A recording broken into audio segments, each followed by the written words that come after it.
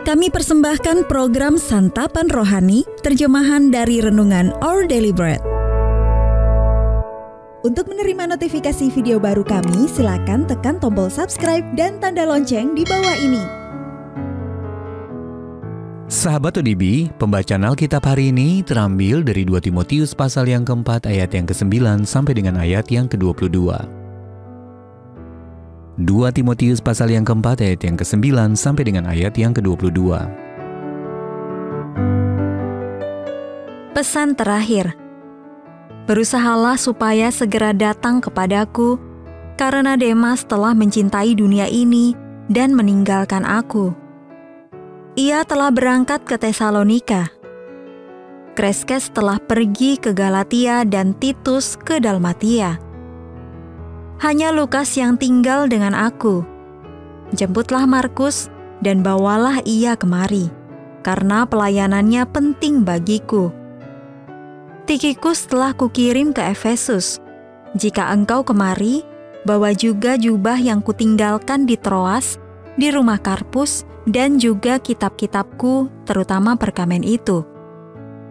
Alexander tukang tembaga itu telah banyak berbuat kejahatan terhadap aku. Tuhan akan membalasnya menurut perbuatannya. Hendaklah engkau juga waspada terhadap dia, karena dia sangat menentang ajaran kita. Pada waktu pembelaanku yang pertama, tidak seorang pun yang membantu aku. Semuanya meninggalkan aku. Kiranya hal itu jangan ditanggungkan atas mereka. Tetapi Tuhan telah mendampingi aku dan menguatkan aku, supaya dengan perantaraanku, Injil diberitakan dengan sepenuhnya, dan semua orang bukan Yahudi mendengarkannya. Dengan demikian aku lepas dari mulut singa, dan Tuhan akan melepaskan aku dari setiap usaha yang jahat. Dia akan menyelamatkan aku, sehingga aku masuk ke dalam kerajaannya di sorga. Baginyalah kemuliaan selama-lamanya. Amin. Salam kepada Priska dan Aquila, dan kepada keluarga Onesiforus. Erastus tinggal di Korintus, dan Trofimus kutinggalkan dalam keadaan sakit di Miletus. Berusahalah kemari sebelum musim dingin. Salam dari Ebulus dan Pudes dan Linus dan Claudia dan dari semua saudara. Tuhan menyertai rohmu. Kasih karunia-Nya menyertai kamu. Ayat emas renungan hari ini terambil dari 2 Timotius pasal yang keempat ayat yang ke-16. Pada waktu pembelaanku yang pertama, tidak seorang pun yang membantu aku.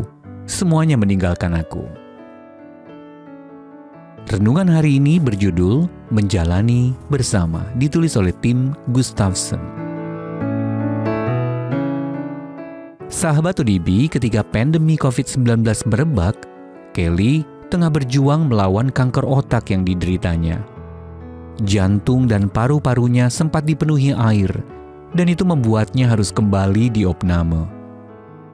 Karena pandemi, keluarganya tidak dapat menjenguk. Suaminya, Dave, bertekad untuk melakukan sesuatu bagi Kelly. Dave mengumpulkan orang-orang terdekat dan meminta mereka menuliskan pesan-pesan penguatan pada papan-papan berukuran besar.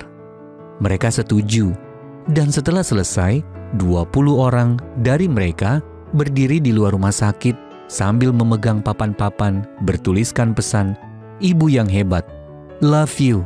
Kamu tidak sendiri." Dengan dibantu seorang perawat, Kelly menghampiri jendela di lantai 4.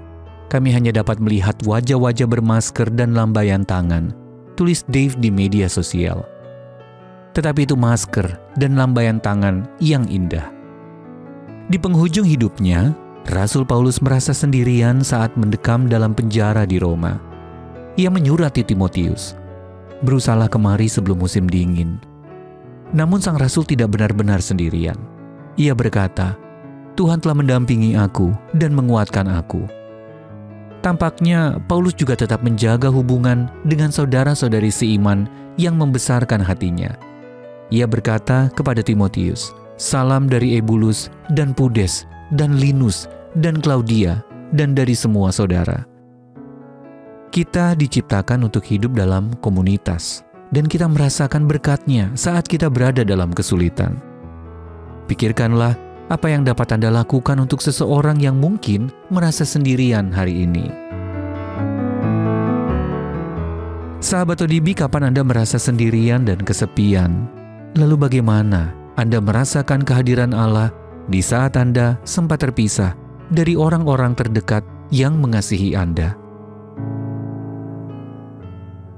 Terima kasih ya Bapa untuk penghiburan yang diberikan Roh-Mu dan untuk komunitas orang percaya yang telah Engkau bawa ke dalam hidupku. Our Daily Bread Ministry.